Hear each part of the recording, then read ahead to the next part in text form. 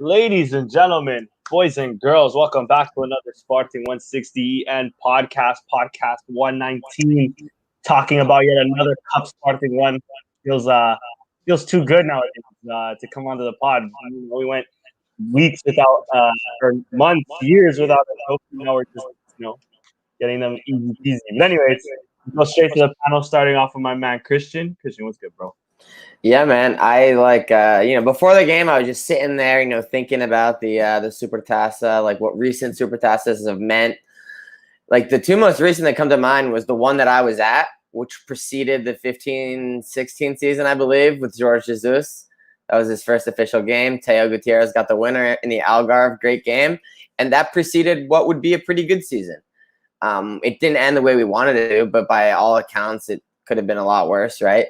And then the one, I think it was 1920 Supertaça, we got absolutely smacked by Benfica, I believe 5 or 6-0. I don't even remember. And that preceded a very bad season.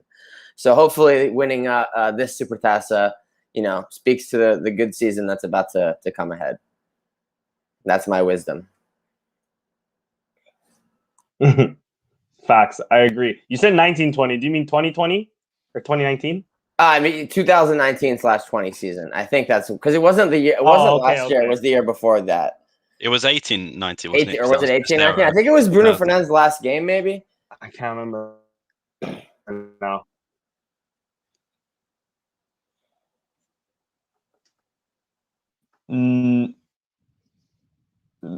Probably his last season, yeah. I'm laggy.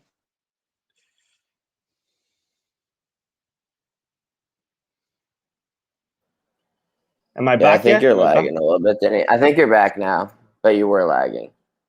All right. Sam, take it away, bro. How you doing today, bro? Yeah, I'm good. I think that wasn't Bruno's last season. Last season was like he cut halfway off the pandemic, didn't it? His last season. So I think it was 2018. Pesero's might have been his first game in charge. We got smacked by Benfica. But yeah, we won this time. So fuck you, I guess. So yeah. All good. Like, I mean, starters mean to go on, as they say. I mean, like Danny said, like we're getting used to this now. Every podcast we're going to win a trophy or some shit. No, fuck it. I'm ready. I mean, you can't win the quadruple without winning the Super Cup, right? And if you don't win the Super Cup, you just call it the treble, and you just don't count it. So yeah, quadruple's on. The quadruple's on. All right, let's get on to our Twitter questions before we get into this game. Let me just bring it onto the screen here.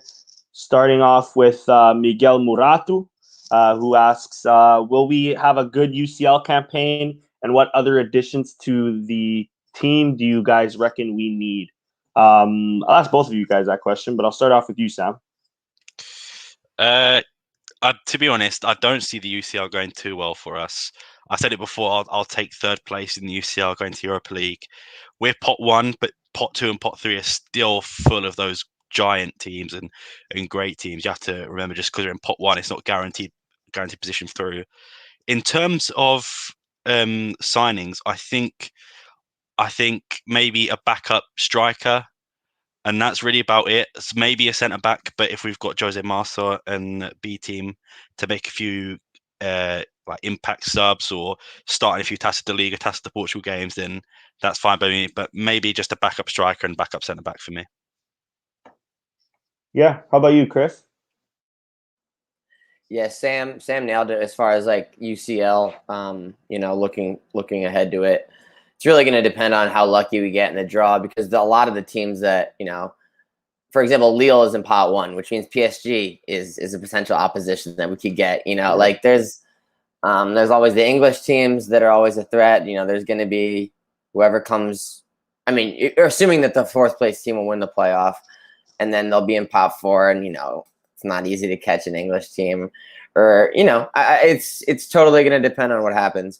I'm hoping for the best.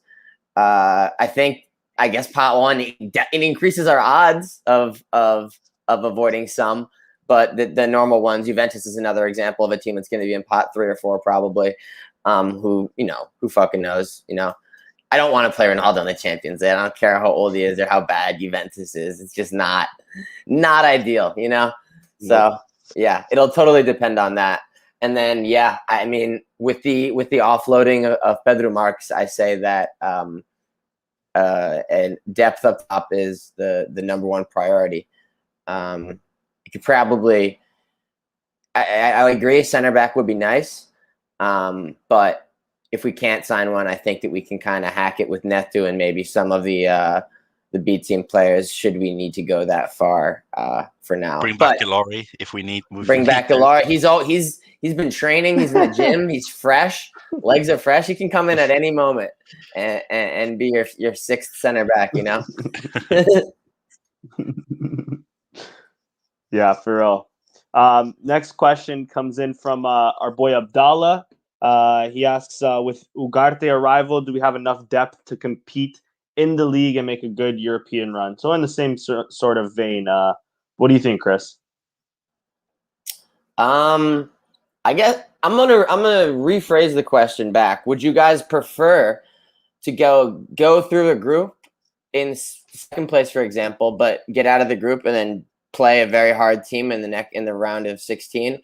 Or would you rather drop into the Europa League round of 32 against a very winnable draw? It depends, because I don't want to Bayern Munich 9-1 spanking in the next round. Like if we go for it and lose 1-2-0, then yeah, fine. I'll take the Champions League exit. More money for us as well to invest. But if we're going to get spanked by Bayern 10-0, however many fucking goals it was, then no, I'll take Europa League. I agree. Yeah, I mean, a European adventure where you're actually making a run, it would be nice. But I think you get like 60. You get like half as much. You get like 12 or 16 million for making it through to the knockout. So that's probably more worth it. And then there's no way we're getting spanked 9-1 by anyone. No way. Yeah, I agree. I mean, especially the way we're set up now. I think we'll we'll beat Bayern 9-1. 6-1 and 7-0. I think it was like 13-1 on aggregate. Yeah. Motherfuckers. Yeah. Would you? Yeah, that's a good question. I think I'd take Europa League too, though. Next question comes in from our girl Chip at Lauren. She asks, "Do you think Pot should win the Puskas Award for his Trivela versus Braga? Do you think we need another striker going into the season? And if so, who would you sign?" So I'll give that to you, Sam. I was literally just trying to think of a goal that would be better than the Potts one. Do you guys remember Eric Lamella's shot against Arsenal? I think that would win it. I don't think there's much competition in it for that. But in terms of another striker, I don't want to break the bank of someone, because you don't want to break the bank of someone who's not going to play. And I think we've made that mistake many times before. If we get someone on loan from like a top 5 league or anything like that, I really don't know who would come to mind. But I just think we need someone who come in cheap, maybe on a loan, and just play sporadically for us.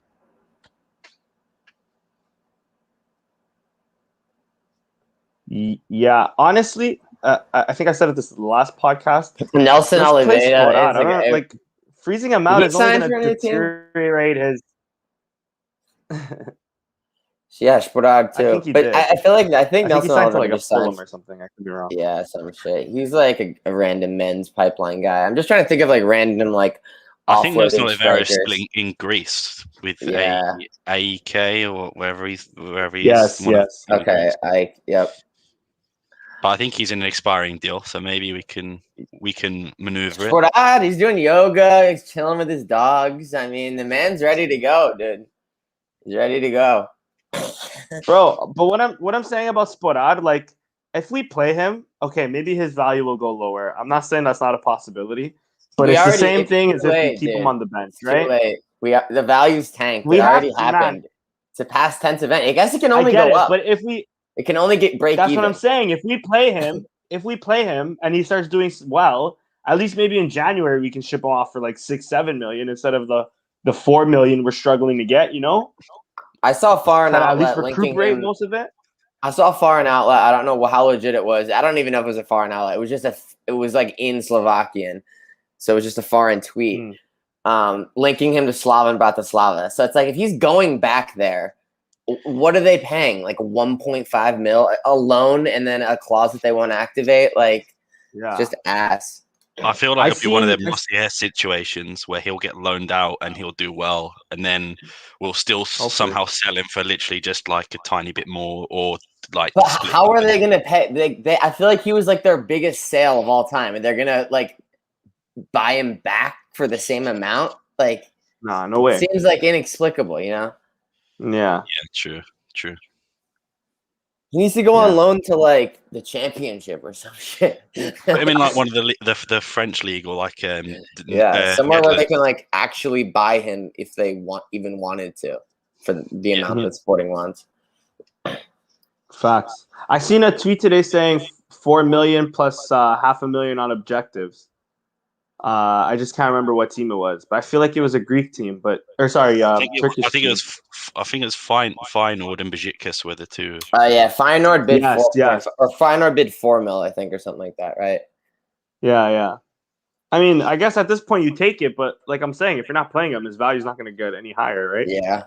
I guess you just get his salary off the books at this point. Yeah, it's definitely pretty high. Definitely salary, yeah. All right, next question comes in from Joe Moon.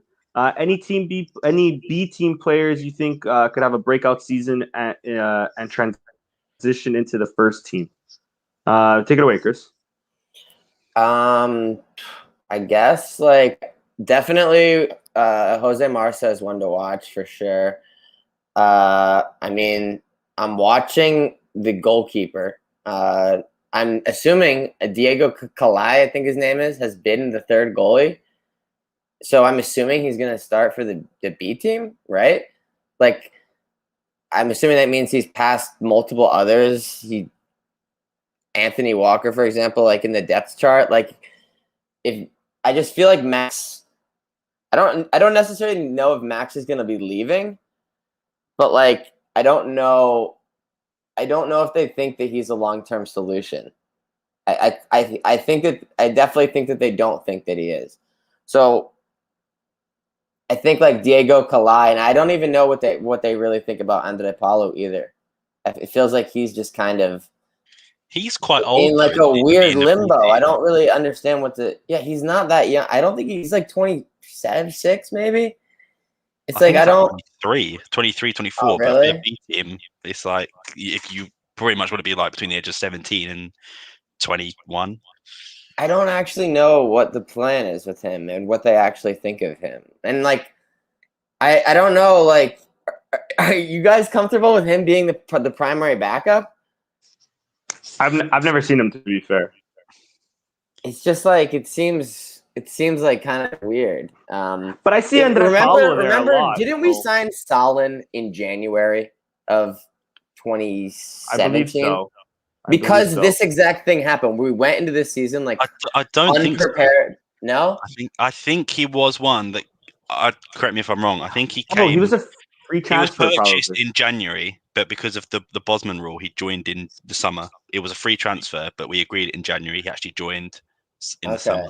I think I'm not going to say 100%. Because I feel like what's going to happen is we're just going to buy internally in January if we don't do it now, because like the position needs a little bit more depth, kind of like center back, where it's like, yeah, I guess it's okay, but like it needs a little bit. It needs another veteran, for example, or it needs something else, you know. They've been linked to that Samuel Portugal guy who has a sick name, by the way. It's a sick name. So yeah, I'd like to see him just for name alone. I've never seen him play, but he sounds good. He played against us. I saw him play in the preseason friendly. I think he played against us. I mean, it was a preseason. He played against us last season too. Yeah, he did all right. He's not a bad keeper. All right, next question. Last question comes in from our guy Rick from Winnipeg. He asks, who will be the key player for this upcoming season? I'll ask both of you that, but I'll start with you, Sam. Oh, key player. Right. if he stays, it's going to be Nuno Mendes, because I think when we watched him in preseason, people were harsh on him saying that he didn't look ready. But as soon as that Braga game, which we'll get into, he definitely added an extra 10, 15 million onto his transfer value for me. And I think, let's say if he doesn't stay, which is definitely a possibility, I'm going to go with Pot. I think our season depends on him having another good year. If he doesn't, it could all go to shit. So I'm gonna say Pot. How about you, Chris? Yeah, Pot's a really good shout because someone's gonna need to score the goals a lot of the times, and he stepped up in so many times last year. Paulinho was fine. I thought he was fine. But like, if he's not going to be fucking banging him in at a rate of like 20, 25 a season, like those goals are going to have to come from somewhere else. So yeah, I think that he's potentially critical. I also think that Tabata could be like a critical, like X factor. I think we may get as well. There will be a sale. There will be a sale before the end of August. It's going to be Lucas Nunes, I think. He's probably the most one we could get the most money out of because he's still young. Like 20 million. I mean, he could be a great player, but 20 million, I'll take that right now. But it's most likely it's him, Nuno Mendes, or Palhinha. It has to be one of those three. I think Palhinha's getting a new contract, so I think Palhinha is probably. I think he is too, but let's just say some like a very nice deal shows up on like deadline day, or I don't know if they can say no, especially if they haven't sold anyone else. Yeah, that's a good point. But I put that at like 20%. You know, I don't have high odds on that. But yeah, so I guess my official answer is going to be Tabata because I think he's going to be in the middle, and I think he's going to play out wide. I think he's going to be like a utility man. I think he's going to score 8 goals next season. Fair. Ooh, that's a good number for him. I think he's going to come off the bench a lot of times, but with most games, you know, it's going to be interesting to see whether he plays in the middle or out wide. I was going to mention Paulinho as one of our important players because, like you mentioned, he's not banging them in. But one thing that I definitely noticed was and let's get into the game right now. One thing I definitely noticed was he was definitely taking space away in terms of like the defenders following him, and then Jovan would just creep it back post because Jovan found Pot back post a lot of times, and Pot was unlucky not to score a few of those. But anyways, let's get right into the game. Sporting obviously won 2-1. Lineup was Adanenet, Inácio Coates, Fadal, Nuno Mendes, and Isgaio. On defense with Palhinha, Mateus Nunes, Pot, Jovan, and Paulinho up top. We had substitutions of Tiago Tomás, Nuno Santos, Mateus Reis, and Tabata. Braga's lineup was Mateus Jeanette, Mateus Magalhães, with a back 5 as well of youngster Fabiano. Dave Pereira, side note, has been talking a lot about this Fabiano kid and how he's taken up Isgaio's younger brother's spot. So be on the lookout for him. He's probably going to be at Sporting in the next 2 years, seeing how we do. But anyways, lineup was Fabiano, former player Paulo Oliveira, João Silva, Siqueira, and Galeno, with Almuzerati, André Horta, Ricardo Horta, Fran Sergio, and Abel Ruiz up top. Sam, take it away, dude. Yeah, I want to start off with just saying Braga, for all the signings they've made, I was not impressed with them. I didn't watch the game live. I managed to catch a replay yesterday. But I mean, that first goal, I mean, it was a great pass by one of the Hortas. I'm not sure which one gave the assist, but I mean, Inácio looked spun. I think he was partly or mostly to blame for that. And you know, the finish was good for Fran Sergio. I'm not going to take anything away from him. As I said earlier, Nuno Mendes, what a performance! I isolated him during preseason. He just didn't look like he wanted to be there. He looked burnt out, but I mean, like I said, an extra 10, 15 million onto that price just for that through ball alone to Jovan. And credit to Jovan. Me and Chris have slated him on multiple occasions, but that was a great finish. I saw a couple of people on Twitter saying that he should have squared it. At the end of the day, like, it's a goal. Like, if he missed it, then I agree. But I mean, that goal reminded me of like a good finishing instinct, like a proper striker would finish that, and I was very impressed with that. The second goal, great pass from Matheus Nunes. Quaresma's finish from Pot, like Lauren said earlier, definitely a great goal. I think, like I said though, Pot in that game, he missed that one-on-one earlier with the through ball, I think, for Jovan for the cross, and he also missed that open goal when Matheus come out of Braga's goal. And that's what I'm saying. If he's going to keep doing that, he did score to get us in the league. But imagine if that was 1-1. That's a game in the league that finishes 1-1 with 90 minutes just because of Pot's poor finishing. Like I said, it was a great goal by him, but there were some times that I was just like, he should have had 3 or 4 in that game alone. I'm just trying to look. I've got on my notes here. The second half was pure domination. I don't remember many Braga chances in the second half. Fran Sergio elbows, I think it was Palhinha, and I was going to put it in the group chat earlier on, but do you remember that Yannick Bolasie red card he got from like sort of swiping the guy in the face? Like, I mean, if that's a red, then that's a red. But I just disclaim, I don't think both those were red cards in any way. But I mean, I'm really looking forward to this season. This game has got me really hyped. I was impressed with pretty much everyone on the pitch. As a guy who looked comfortable when he was in possession. We saw Thiago Thomas come on, and he, like I said, for that Pot open goal, that was all Thiago Thomas putting him through. For some reason, Amorim likes Matheus Rice. I'm sort of on the fence. Bro, what is he thinking putting him into this game, bro? We say like we need another centre back, but Amorim is set on Matheus. He's set. Yeah, he's got his 5 centre backs. Yeah, because he's one of them. Jesus.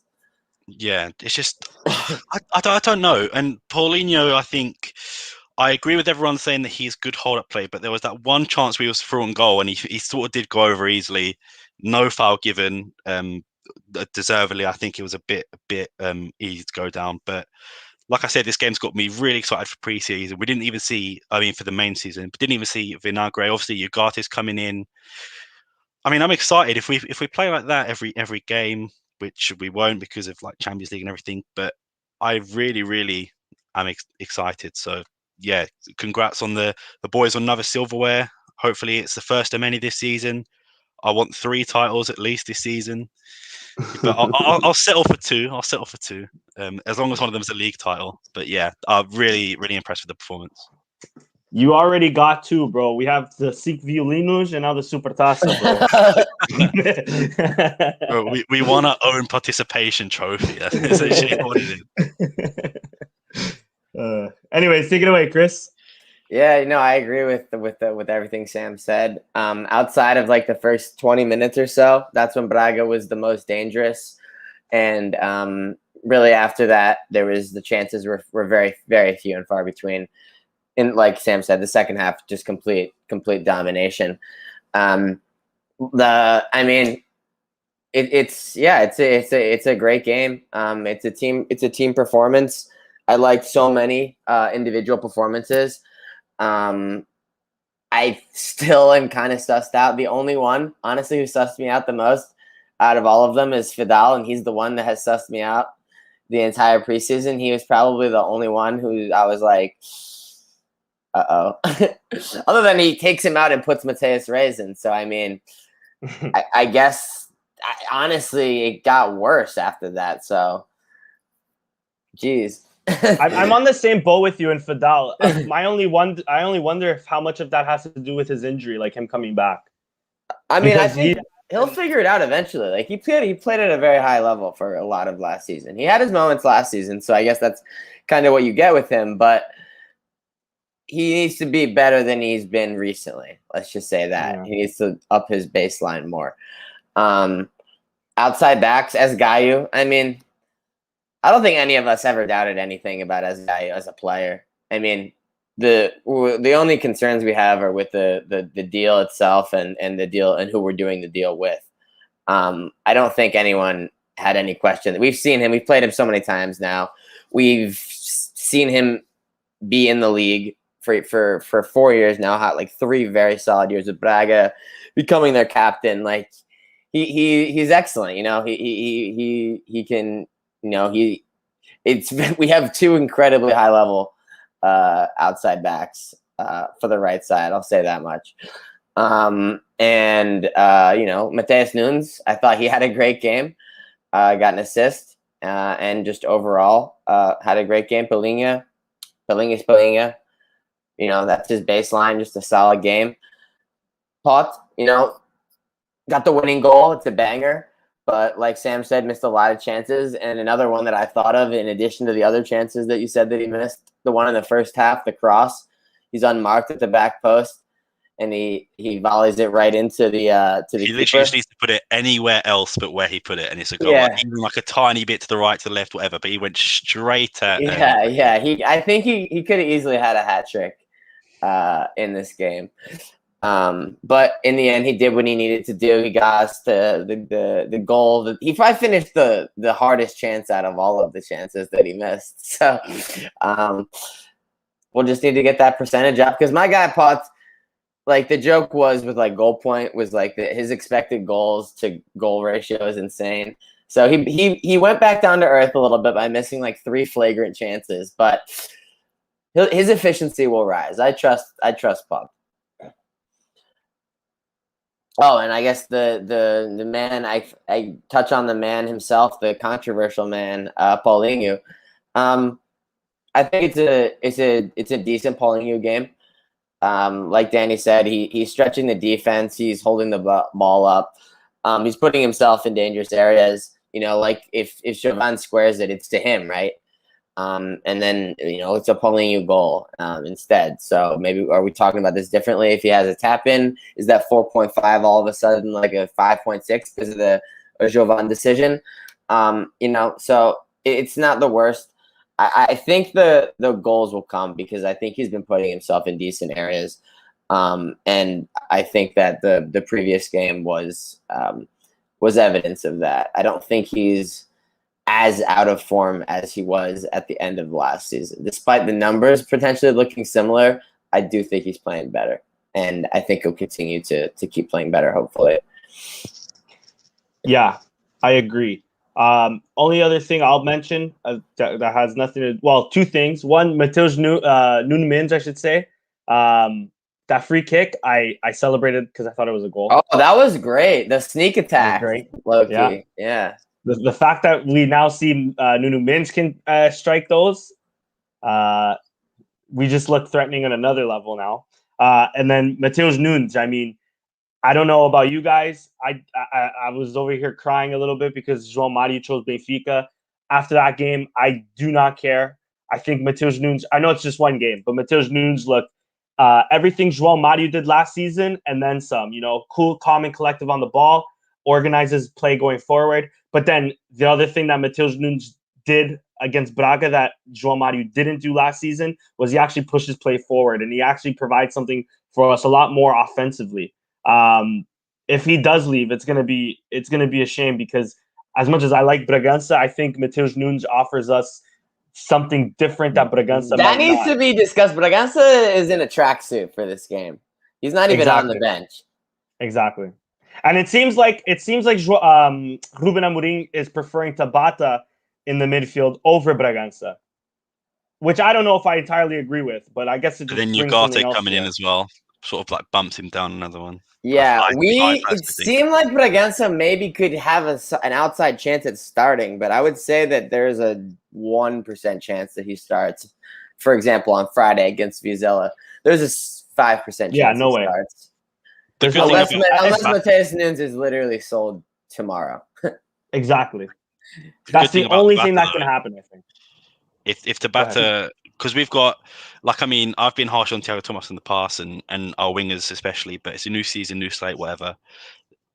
Our wing play is probably the weakest in terms of like finishing and all round. I think we have so many of them, but when I look at Thiago Thomas, Nuno Santos, I mean, I think they're the most, not exchangeable, but when you need to bring someone on, you want to bring on a winger. You don't want to really bring on, especially if you need a goal, you're not going to bring on Bragança. So if you do bring on Tabata, he's more likely, hopefully, going to play on the wings, which leaves room to Bragança to get a bit more game time. Because I think he does deserve it after the season he had. But Amorim probably thinks differently, but I don't know why. No, I agree. I just don't. I don't think he's starting ahead of Matheus Nunes at this point. And as we've seen last season, I don't think Matheus Nunes and Bragança do well together. Maybe we have yet to see if Ugarte and Bragança or Ugarte and Nunes and Matheus Nunes or Ugarte and Palhinha, but I think that might be too defensive. Matheus Nunes potentially getting the stock will go up for Bragança if Matheus Nunes is sold, and I think that's about the only thing that can happen to make his stock rise at this point. I think that a lot of people complained last season because we felt like Amorim was not giving Bragança his fair shot, or he was still putting him in a little bit, but it's like more, and he was always João Mario, and we're like, come on, a little bit more, only as a sub. Like, I feel like he got the first crack at that spot in preseason. Like, he was starting at first, and then it was Nunes, and I think he just like good old fashioned, like the player I prefer. I'll give you each equal minutes, and then whoever plays better, I'll start. And I think Matheus Nunes won that competition. I think as well, don't quote me on this, I've got no sources as well. This is purely guesswork, but at the start of the season or preseason, it looked like Matheus Nunes was gone. Like Everton. That Everton rumor came in hot, and it was like, damn, it's like this is moving fast, and then it just was gone. That's why I think Bragança may have got ahead of him, because maybe Amorim was prepared for life after Matheus Nunes. Either that or this game was literally like putting Matheus Nunes in the shop window, be like, come on, Everton. He got an assist. He played well. If you want him, 20 million is not too steep, especially for a Premier League club. So it could be either one of those two things, but I think maybe it's the first one, just because he looks certain to go. Then Rafa Benitez come in, and pretty much since then, all been quiet. So I think we've got our midfield on lock at the moment. Yeah, I agree. Last thing I wanted to mention was Giovanna. Of course, he had a brilliant game. Goal point gave him man of the match. I think the actual man of the match went to Pot, if I'm not mistaken. But Jovan, he seems like the guy that's going to frustrate me. So I'm gonna try to give him more time. But there was points in that, especially in the first half, where he was just so static. He wasn't making the runs forward. Nuno Mendes would have the ball. Jovan's not overlapping. He's just jogging sort of beside him. And then, in the flip of a coin, he gets a goal, which I don't know about you guys. I was actually talking to Chris about this. He definitely should have squared it to Paulinho. That would probably have been the right answer. But okay, he megs the keeper, gets the goal. Fair play to him. And then he his assist to Pot was phenomenal, I think. Was it his assist? No, it wasn't. No, it was Matheus Nunes assisted. Matheus Nunes assist. But anyways, after that goal, Jovan was pretty much lights out after. Like he was solid. The only thing that's, like I was saying, that's frustrating is he was just so static. Like his level runs. goes up and down. Exactly. Like, it fluctuates very vastly. Yeah. So I'm just saying now, I'm gonna start remaining patient with him, because he just seems like the type of player. He's like I mean, not to like go too ahead of myself, but he's like an Eden Hazard, where he can be quiet for maybe 89 minutes, but in a minute he'll win you a game, or he'll do something brilliant. So that's almost why his appeal was as a super sub. That's like because he just has that, like, those flashes of brilliance. So it's like, yeah, I mean, it's gonna be interesting. I mean, let's see how many games he can play 90 minutes in a row. That's the other thing. Like, exactly, he's proven himself thus far. But season is long, baby. Exactly, yeah. Which is why I think, regardless, we'll need at least one more winger, whether Plata goes or not. But yeah, guys, man of the match. I can't think of anything else. I'll give mine to Nuno Mendes. I think he was like I said before, fantastic, great assist, faultless game. Jovan and Pot will get the headlines for the goals for obvious reasons, but Nuno Mendes for me was outstanding. Fair enough. How about you, Chris? Yeah, I think that I'm gonna have to. It's between Gonçalves and Jovan. I'm gonna say Gonçalves because I think that he he made the difference, but he could have made more of a difference. So, despite missing a lot of chances, he still scored the winner. So I will give him the edge for that over Jovan.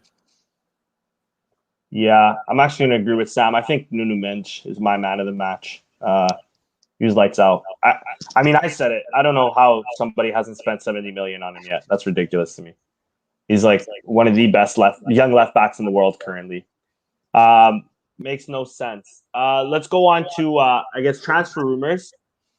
Seems like Plata is on the way out to a loan to Guimarães, which opens the door to either Marcus Edwards, as we've been linked to, and has yet to go to Olympiacos.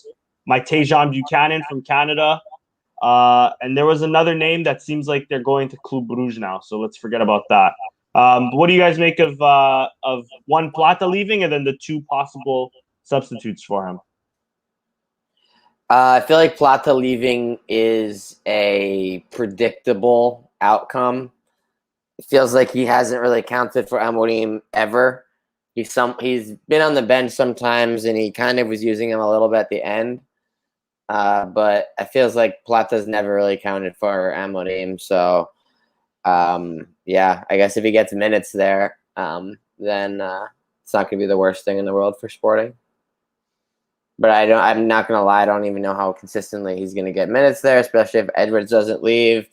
Kodesh was there, obviously. Like, he hasn't shown that he's never consistently played in Liga NOS, I guess you could say. Like, he's played at this level. He's obviously good enough. But, like, he hasn't consistently played. So, I mean, the knocks of a whole season as a regular and stuff like that. So yeah, I don't think it's the worst thing in the world for him. Yeah, I agree. I think it's good for all parties that moves happens. And I mean, the good thing about Plata as well, when we signed him, I'm pretty sure he was playing under 19s for Venezuela. He was their striker, so I think he can play right wing, left wing striker.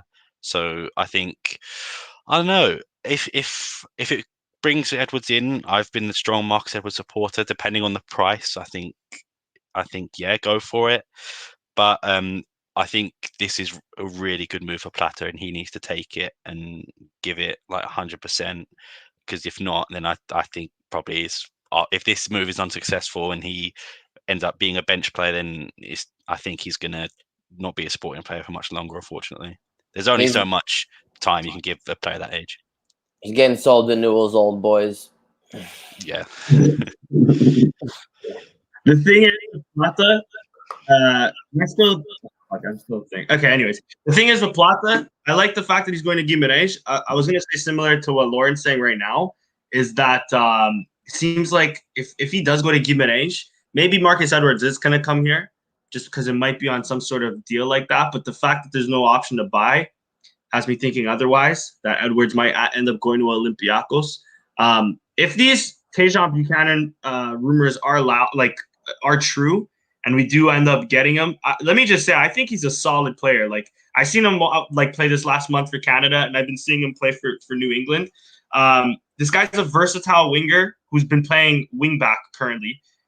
This Gold Cup, he was basically replacing Alphonso Davies, and he made me not miss Davies. Like, I had no idea. For example, like he reminds me so much of Davies. He's great defensively, good going forward, crazy one-on-ones. I don't know if anybody's seen his goal against Mexico a few days ago. Stepped over, made the defender look silly, and just banked it bottom corner.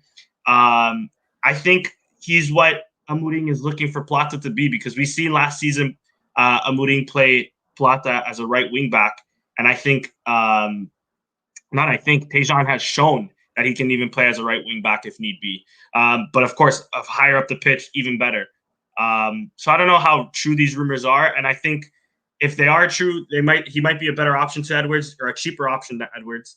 But yeah, I see a lot of people also hating on Edwards here, saying like, typical overhyped English and shit like that, which I'm not against. I do kind of see their argument. He is very inconsistent at times, especially last season, I thought as well. Everyone, Tottenham let him go because apparently he had like an attitude problem. But I don't know, I think it's worth taking. Buchanan's in the form of his life right now. And That is true, Edwards too. was in the form of his life, but he's not in the form of his life anymore. So people have come back down to earth on him, I feel like. But you have to remember, Guimarães went through like 4 coaches that season, and they were just all bad. So I don't think it's really all on Edwards, but he has to take some of the blame for it. Exactly. And even on Buchanan, at the end of the day, he is still playing in the MLS. And, his best games were, Mexico. But aside from Mexico, it was, who did we play? Haiti. It is worth noting. It is worth noting that New England is 8 points clear at the top of the East. Like, that is insane. Like, don't we have a gentleman's agreement with we did have a gentleman's agreement. That's why, like, it's like dust it off. If it's like, oh, we signed it in 2013, 10-year deal, like dust it off and maybe like send Plata over there on loan or fuck it, dude. Honestly, though.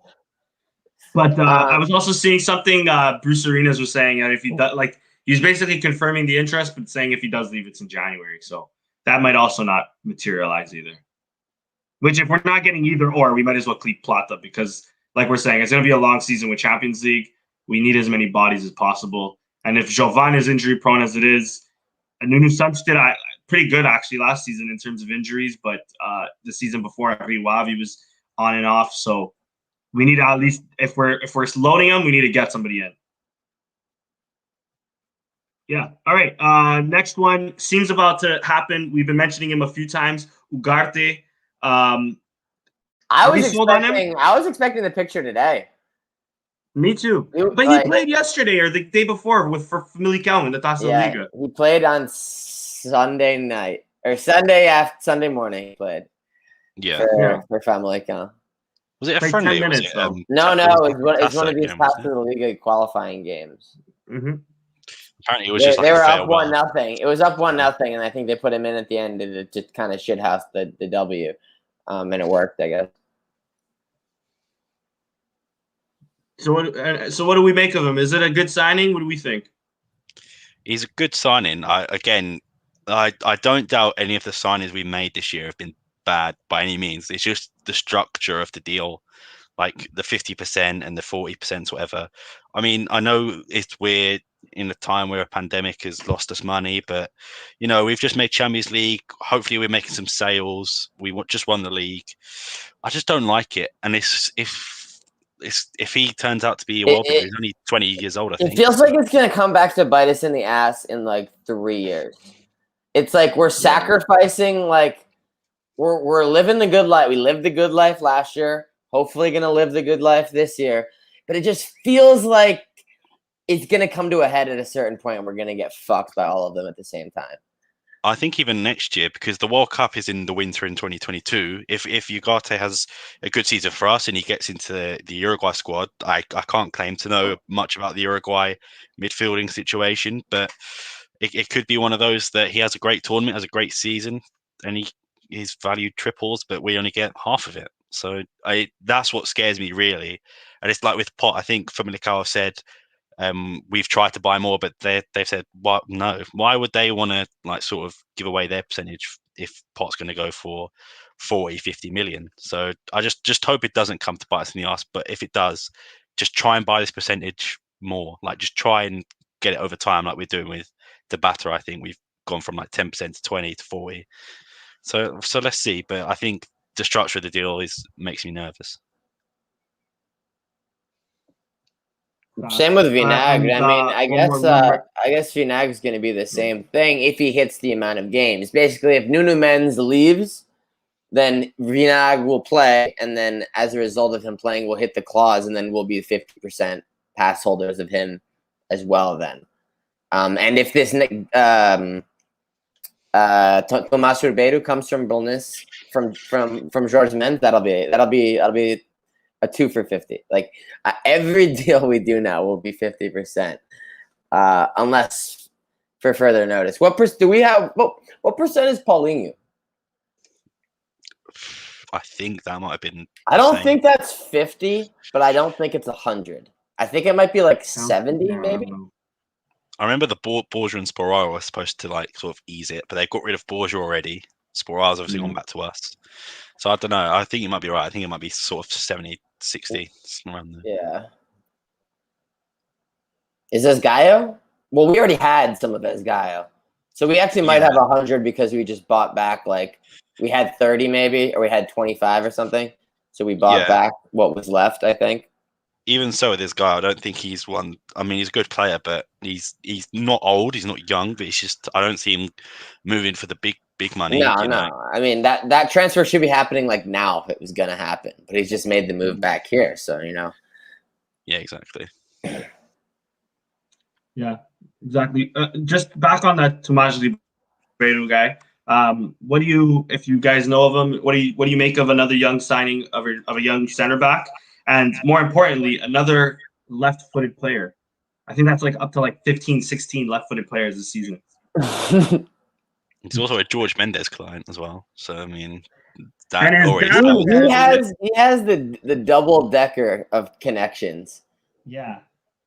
Father is the director of Record, and he signed to Gestifood. I think he's a good player, but it's obvious why he's. Oh, we need a center back. Who can we get?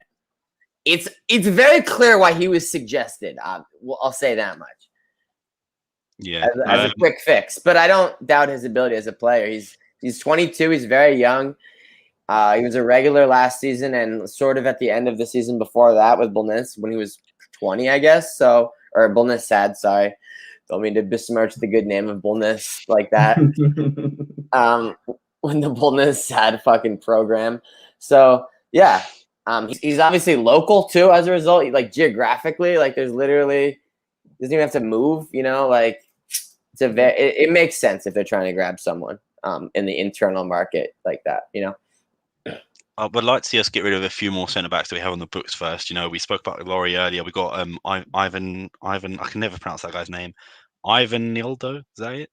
I think. Oh, even Nildo. Yeah, we still have him. Oh, wow. He's chilling. He was linked to the second division club in Spain, multiple of them, but I don't think he's been sold yet. Wow. Yeah, we still got there. I think Laurie is definitely a high earner, which makes it difficult. But I just want to get some more salary off the books, even if it's like a Battaglia, Camacho. We just need to get some. I would like to see some movement. I thought Battaglia could maybe get sold, dude, but I don't see it happening. It's going to be another. It's going to be a loan. It's going to be a loan. It's going to be a loan to the team that finishes 15th next season. He wants Alaves though. He keeps crying out for Alaves, and they're just like, nah. I mean, the thing I hate about this direction though, or this administration, is they've shown that you can, you know, they'll rescind Freddie Montero's contract, no problem. They'll rescind Nani's contract, no problem. But Battaglia, no way.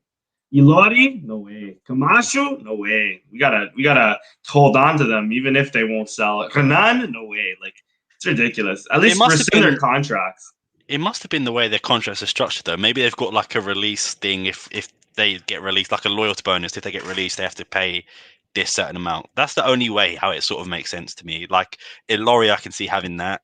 Renan, maybe not, but I mean, Ilori's somehow back from like Liverpool to like Aston Villa. He went to Ligue 1 for a bit, and then Reading. Then he's had a decent career on paper. Just a shame he's a shit fucking footballer.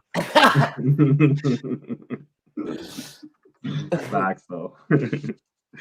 One more real, not even a rumor. It happened. I want to gauge your guys' opinion. I don't think it's happened on the last pod. Was Eduardo Quaresma going to Tondela? Good move overall. I mean, I believe so. But what do you guys think? Yeah, the same as Plata. Good for all parties. By all means, by interviews and media stories, that he needs to mature up a bit. He seems to be like the sort of class clown of the group, which is always good to have. But you know, when you're playing Champions League and playing these like emotional driven games, you're going to need that maturity. And I think it's good definitely for all parties. Tondela are building a squad this year. They didn't do too badly last year, and they've made some good signings. You know, they did lose Mario Gonzalez, who is a friend of the show, Con Murphy's one of his favorite players. But I mean, I think it's going to be good for him, and I think he's going to crack on, and that's where we're going to start to see the potential where we saw at the start of the sort of pandemic era, where we were like, that's our centre back for the future, and then it sort of went downhill. I think he's going to rebuild his career back there. Well, I'll say career. He's 19. You know what I mean? I hear that though. Yeah, I think it's a good move for him too. I mean, obviously, like it's unfortunate because like he's the like if we could just keep him on the roster as the 5th center back, the problem is resolved. You don't need to buy anyone or find anybody. But for his growth as a player and what's best for Sporting in the long term, it's obviously better to have him go be a regular somewhere than be the emergency center back for us, you know. So yeah, I think it's a good move. Fair enough. I agree. Just gonna ask you guys quickly to answer Lauren's question here. So I'll ask you guys individually. So Chris, who's winning the league this year? Your prediction? Sporting is winning the league. Nice. Back to back. Danny, what's your prediction of who's winning the league? Yeah, wait. It wasn't yours? Wasn't yours top 3? And you just listed the big 3. That was as specific as it got? No. I said league winner, then I did the top 3. So who I think is gonna win the? I don't know if you guys heard that or not. That was like a perfect. Anyways, how about you, Sam? Perfect. It was like you were going to say Benfica just cut out. We did not hear a single word. Crazy how that happens. League winner. Yeah. I have to back the boys. Sporting. We made good business this year. We're up there. I also want to say it's not that I'm not backing the boys. I just don't want to jinx them. That's all it is. I believe in the dark arts of jinxing. But we've already got a gold. We've got a gold sticker on our jerseys, bro. That's as jinxing as anything can be, dude. I would have doubled it, and it would have been a double negative. We would have been good. Damn it. But yeah, top goal scorer. I had Vinicius actually, who seems like he's out the door now. Taremi. We going Taremi? Yeah, Taremi's a good shout. Yeah. That was actually who I was gonna say. Taremi. I even have Plot. I see Plot scoring a lot of goals. It's tough you can't just say I'm not gonna say a Benfica striker because I don't know what's gonna happen now. I haven't seen any of them play. Like the Yarmachuk is a good. Yeah, he's obviously good, but I'm not just gonna give him the golden boot without ever analyzing his play in That's Portugal. True, though. You know, that's true. We might not hack it here. Most assists, I gave it to the what's his name? Everton, I think. Yeah. From bounce back season. I think he was top assister last season too. Really? I thought it was for us. It was Nuno Santos. I think. I want to. For us, yeah. But I think in the league, I think somebody had 9 or 10. Hold on. Might have been even Rafa Silva, to be honest.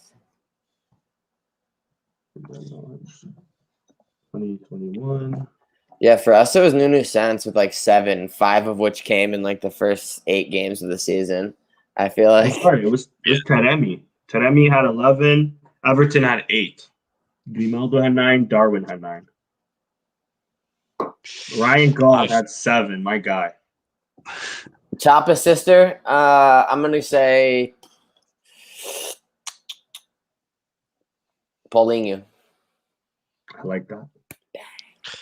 I was gonna say, like, on the totally sour note, that I thought João Mario might get it just because, like, he's under George Jesus. Nah, dude, how is he gonna get like 10 assists? He had like 3 assists last season with us. Fuck that guy. He's gonna have 3 to 5 max. 5 max. Just because he's gonna turn into like prime Andre Pirlo in that midfield, just for the just for fun. But no, I'll go with Jesus Corona. I feel like he's not talked about a lot these days, but he's still a good player. I'll go with him.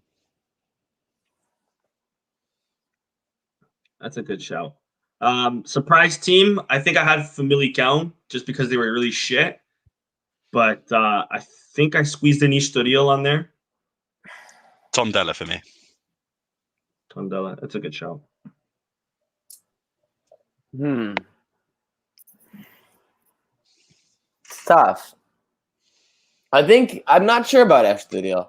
I think they could be a surprise team as well, at least on paper. I'm interested to see how that guy Crespo plays in the top division because he was really, really good in the second division last year. So I'm very curious to see him in the top.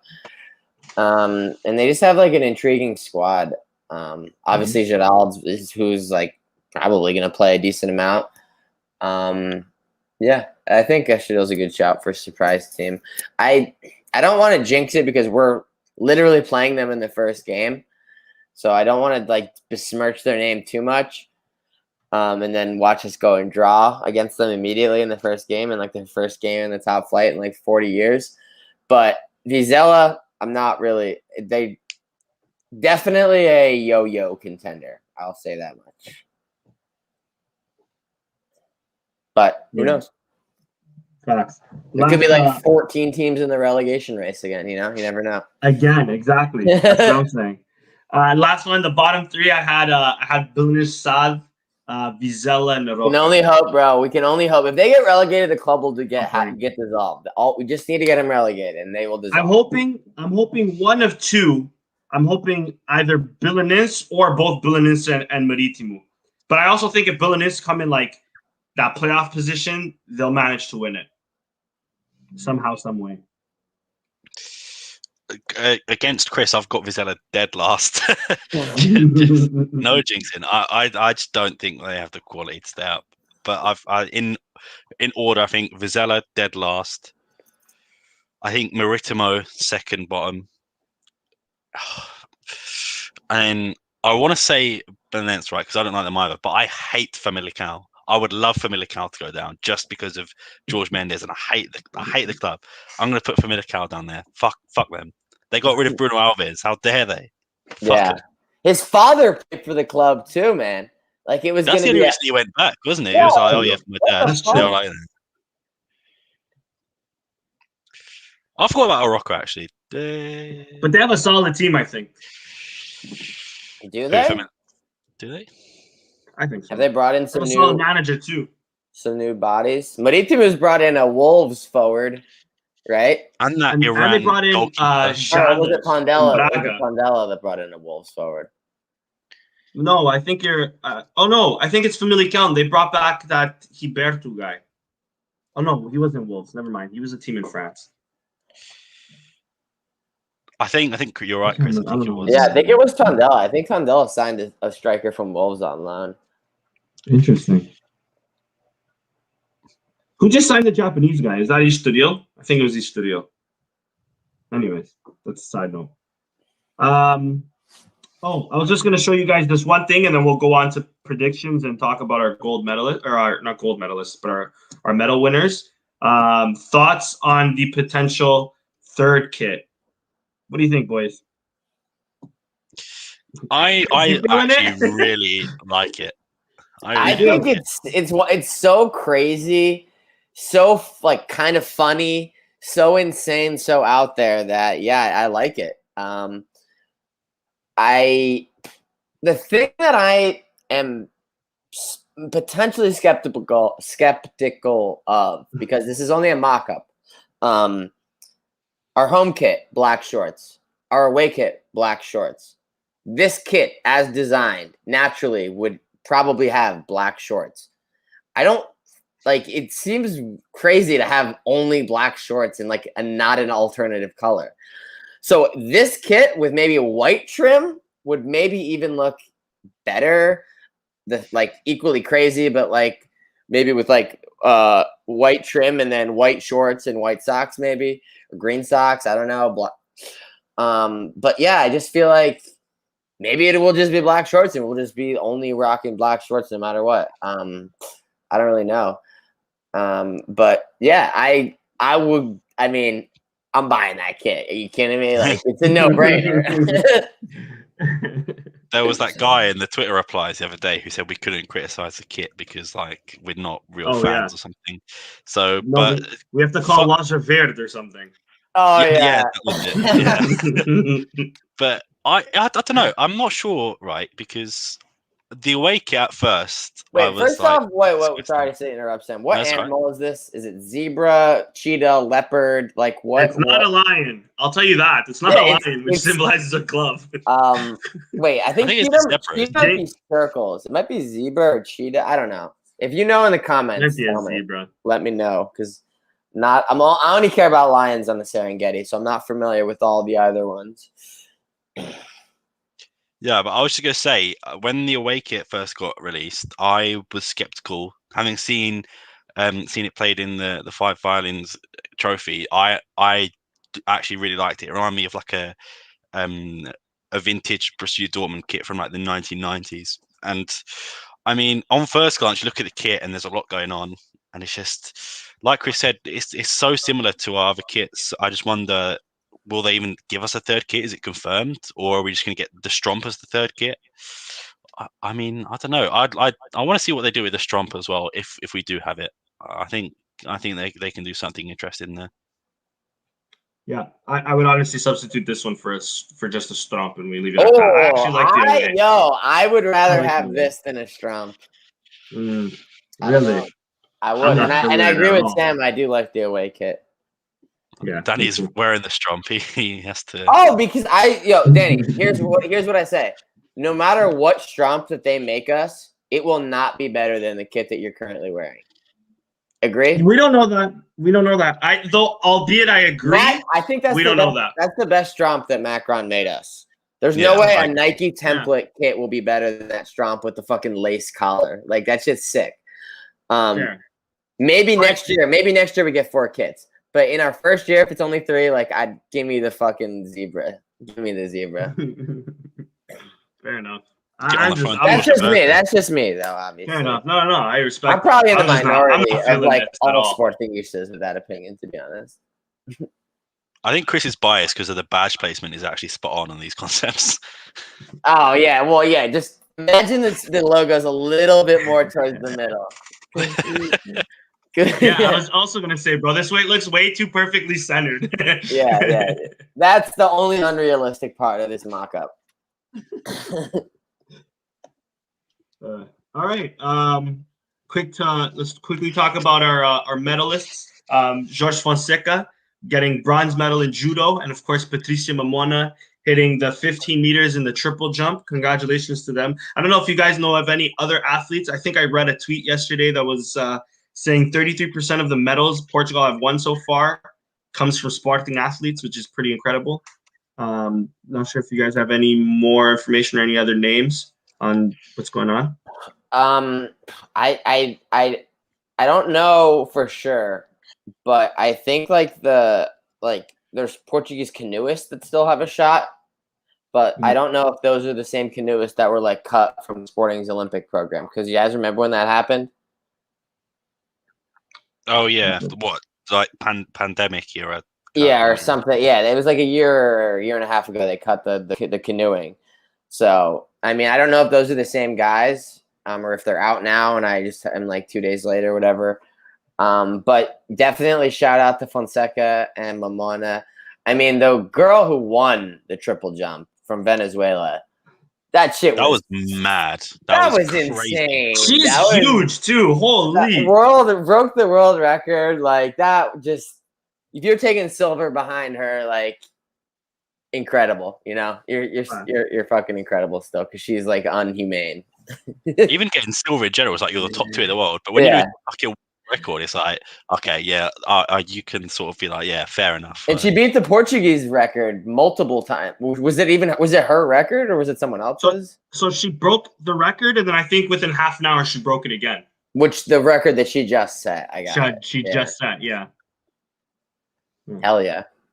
So yeah, congratulations to them. 2 symbols of the club for years, and killing it in Tokyo, and then already looking forward to Paris, which is crazy. In a sport like judo, where it's like a bracket style tournament, and then like the losers of each semifinal, because like if you make it to the final, like you're going home with a medal, but like the losers of the semifinal and what would be like a 3rd place game, like that's got it. Like I feel like that is such a high stakes game, because like Sam said, you take home a silver medal. Like you play a hard fought final and you take home a silver medal. Like you can go home happy with that no matter what. But like I feel like losing the semi and then losing out on the bronze too is just like got to be even more devastating. So I'm really happy that he was able to get a medal for sure. Yeah, that's what happened to what Richard's saying. That's what happened to the Canadian guy, because he ended up being a Canadian guy. Shout out to my guy too. Shout out to him. Fourth, the worst, the most heartbreaking Worst. Olympic position to finish, which was a sporting shot putter, we should say. She ended up in fourth, which is just so unfortunate. Facts. Nothing else really happened in Modalidad, so we'll bring an update as soon as we can. Let's look to prediction of against Vizela coming up. As Christian said, they look pretty. Me and Sam both have them going down. Christian saying, they could be a surprise, but at the same time, like they don't look that great either. They stole two boys off of us too. They stole Thiago. What's his last name? Thiago Ferreira? No. The midfielder. Like Tomas. Tomas Silva. Tomas Silva. There was two midfielders, right? Yes. Who else did they steal from us? Give me a second. But anyways, what do you guys think of that game? I could jinx it all here, and if we do draw or lose, then I will take full blame. But if we're not winning this by 3 or 4, then I don't know why. Like I said, Vizela don't look strong to me. We've got such a good team. Everyone's raring to go to look good. And I think if this is anything less than a 3-4 nil, I wouldn't be disappointed, but I'll be a bit let down. But 3 points is 3 points at the end of the day. But hopefully it's like a 3-0, and it should be. I'm gonna go. Let's go 4-0. Paulinho with 2, Pot with 1, Jovan with the other. I like that. It was Nuno Moreira, by the way. That's who it was, the winger, Nuno Moreira. Take it away, Chris. I'm hoping it's comfortable. I feel like it's going to be maybe 2 or 3-0. 4 would be great, but I don't know if it's going to be that high flying because they're going to be parking the bus. It will be difficult to break them down, and how fast we break them down the first time is going to greatly depend on when those other goals come. So hopefully it's not that late.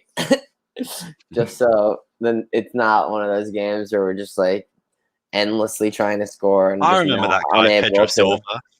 I was just going to say, they also have this from us too. Sorry.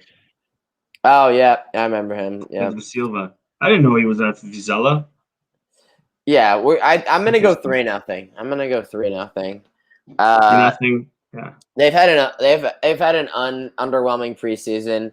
Their first official game, they had one of those Taça da Liga qualifying games. Lost to Estrela da Amadora, who's a newly promoted Segunda Liga club.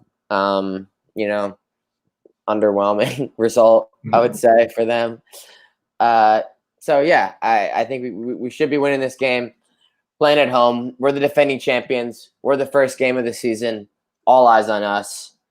Gotta open it up with a good result. Who's scoring for you, Chris? Who have you got goal scorers? I'm gonna have to say Pot, Nuno Santos will score the third goal off bench to close it out, and the second goal, Matthews Reis. Nah. Is it a Paulinho banger time? Nah, it's a Jovan. The Paulinho banger is not coming yet. He's still got to get loose to start the season. But the Paulinho banger is coming this season. It never came. Last season. I'm gonna say I think it's expired, man. Nah, new season it's renewed.